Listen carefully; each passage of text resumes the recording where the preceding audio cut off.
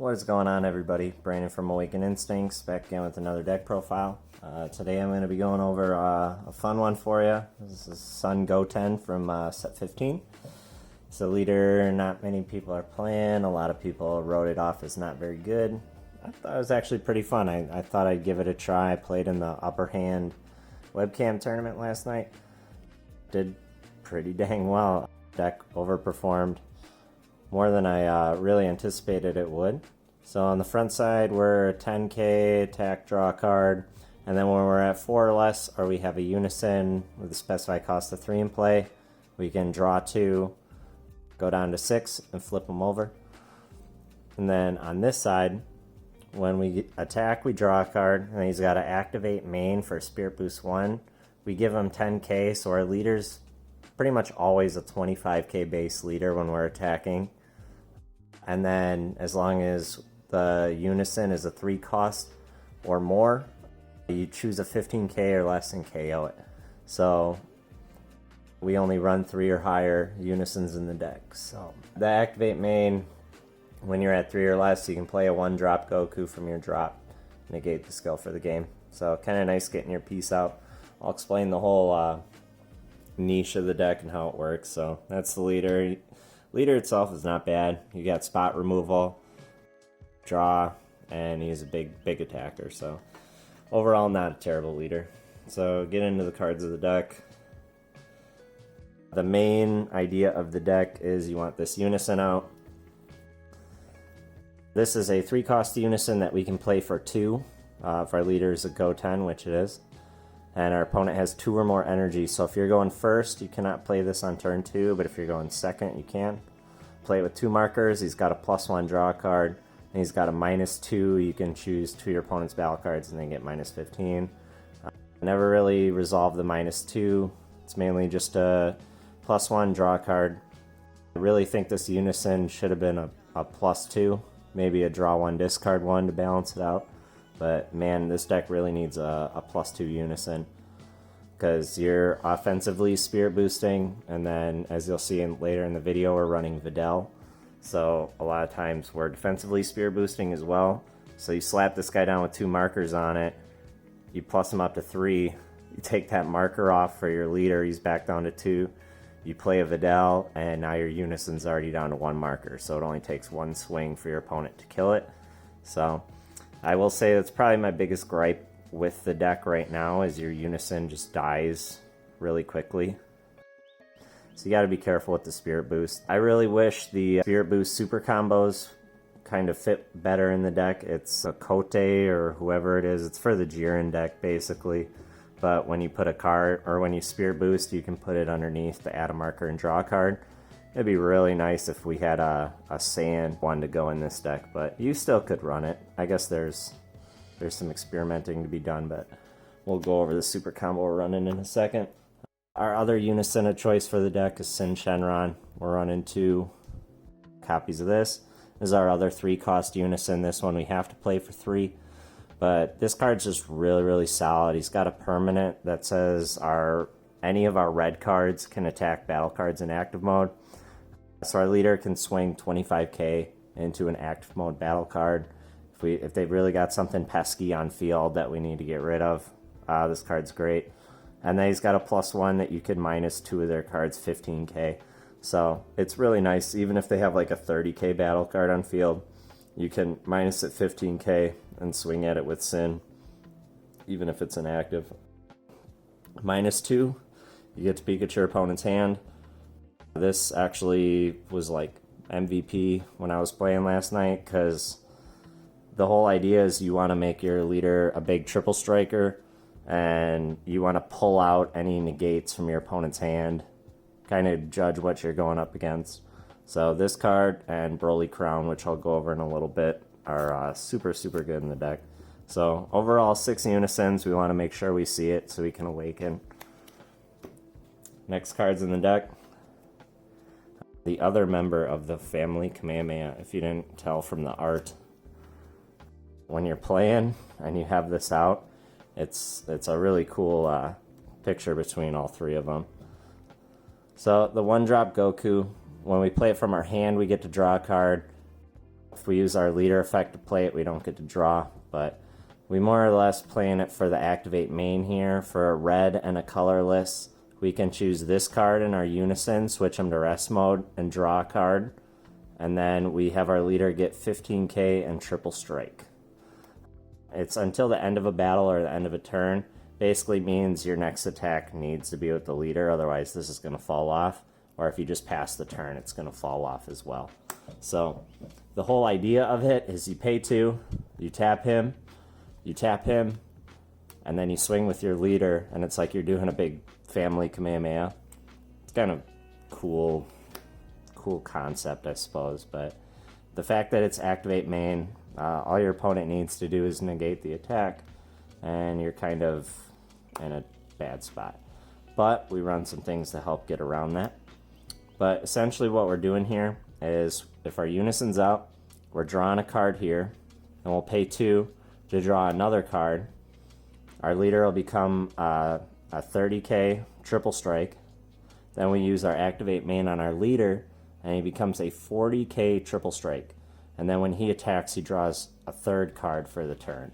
So as long as your Unison and this card are on field, for 2 energy, we're drawing 3 cards, swinging a 40k triple strike at our leader. It's really cool. I really like the concept of the deck.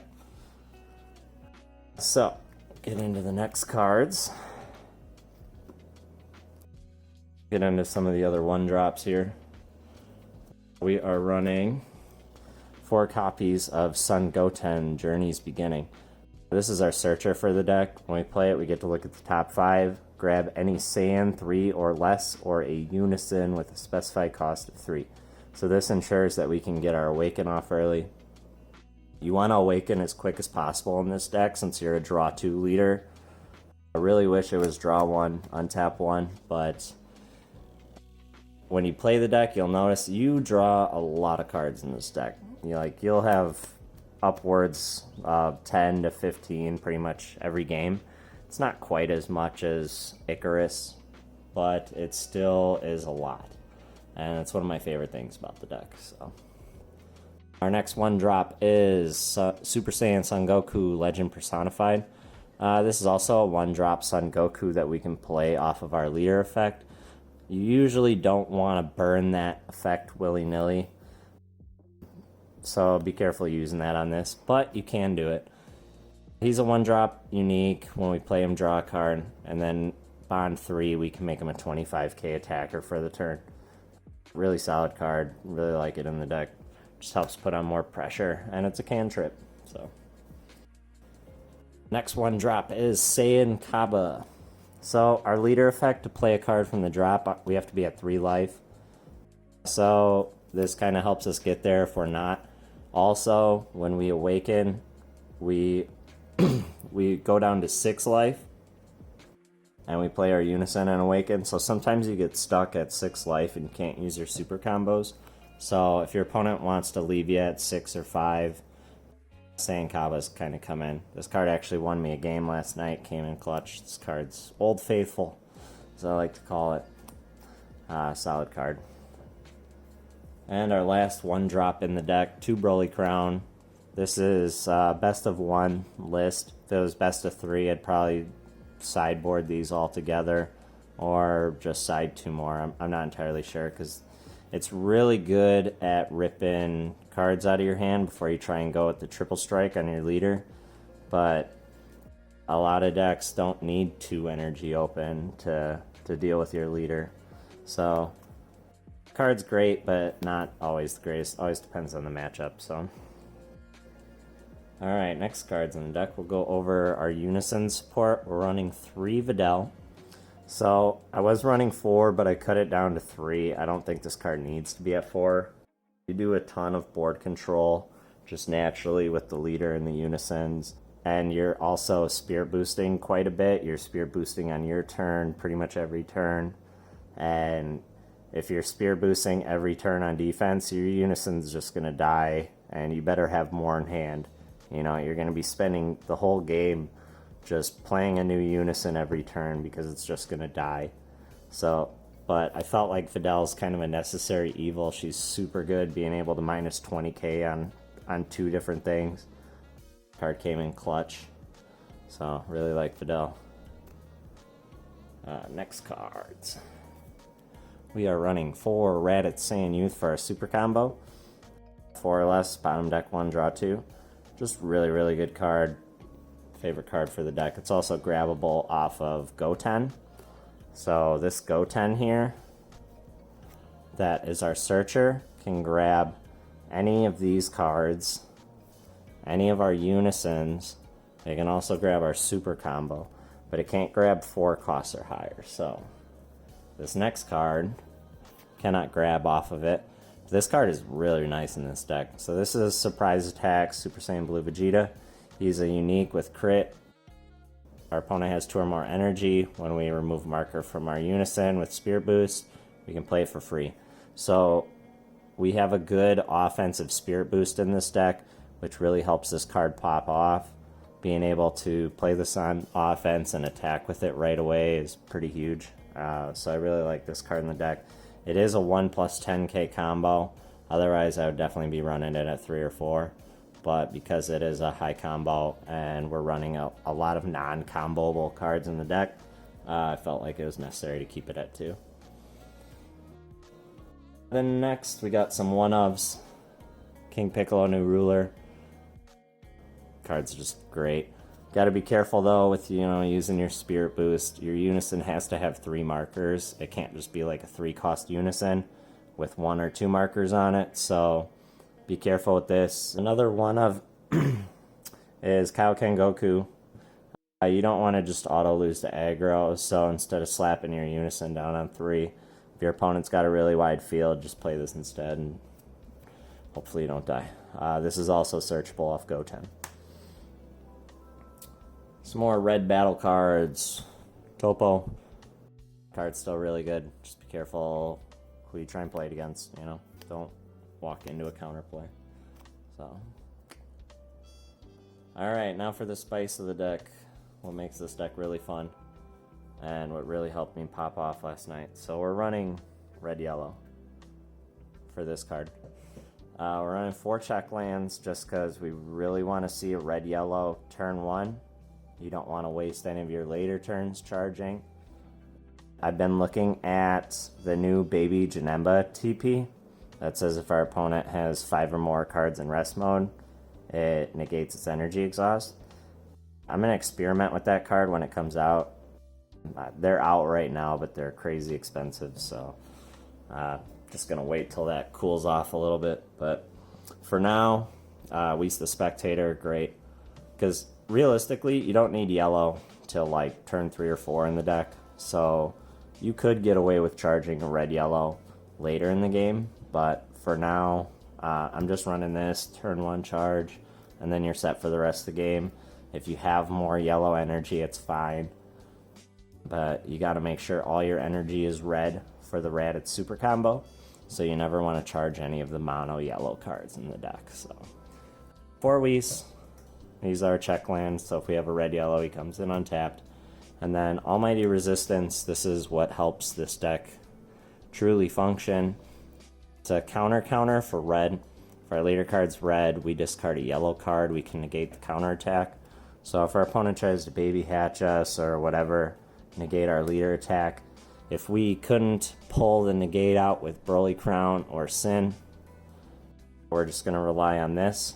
Our leader is 40k base, so when we swing, we'll already have a huge advantage on combo power. So yeah, you're going to lose 2 cards in this interaction, but this card's non-comboable, and you can just choose another copy of itself, which is also non-comboable, or you can choose one of your Whis or some of the yellow cards, which I'm about to show you. So this card's great. I'm running it at 3, so that way if you do see it turn 1, you don't feel bad about charging it, because if you're only running it at 2 and you charge it turn 1, you're probably never going to see the other copy unless you're extremely lucky. So yeah, those are the ratios for the red-yellow cards. And next, we'll get into the yellow cards. For Bardock, this was originally draw 2 ape, but this deck is a bit energy hungry. We want to be careful with how much energy we're spending offensively. So I cut it down to Bardock, and I'm really liking the change. It's a good yellow card to pitch off of Almighty Resistance. You can also pitch this off Topo's effect. Just solid card, help you gain more hand advantage. And then the other yellow card in the deck, we're just running these 6 yellow cards, is Basil. Basil's fantastic. He's not locked to yellow leaders at all. He's probably like the best 1-drop in the game. So had to throw this in here. So we've got 7 multicolor and 6 yellow. It's a pretty small package. Majority of the deck is red. The only thing you actually need yellow energy for is Almighty Resistance. But if you have the red yellows, you can use them just for red, or you can use them to play Basil, or use them for droids. So. And some of the last cards in the deck, we've got our Overrealm. 2 copies of Fighting Against Fate. Pretty aggressive deck. We want to kill our opponent turn 4, turn 5 at the absolute latest. So this helps us just close out games. We want to get our opponent in triple strike range or double strike range, and this helps chip down. So single Champa, you could probably run 2, but space is tight, so we're just running at 1. And then Frieza Death Ball. This really helps you seal out games. If your triple strike goes through, Death Ball, they're looking at a 55k swing, and they're at 5k. It's pretty brutal. And then another reason we're only running 3 Videl is because we're running 1 copy of Beerus Ball. This counterplay is just super good. Being able to stop things from coming into play is really clutch. You know, if our opponent tries to Topo, or Boo negate, or Oceanus negate, or if they try and if we're playing against green and they try and Frieza one of our things, this card just stops it from coming into play. And since we are running multicolor, we can activate this for free if we're at 4 or less. So it's really nice. We can take ourselves from 4 to 3 and then be able to activate our leader effect to pull a Goku out of the drop. So I really like this card in the deck as well. Negates for the deck besides Topo. We're running 2 Testing the Op.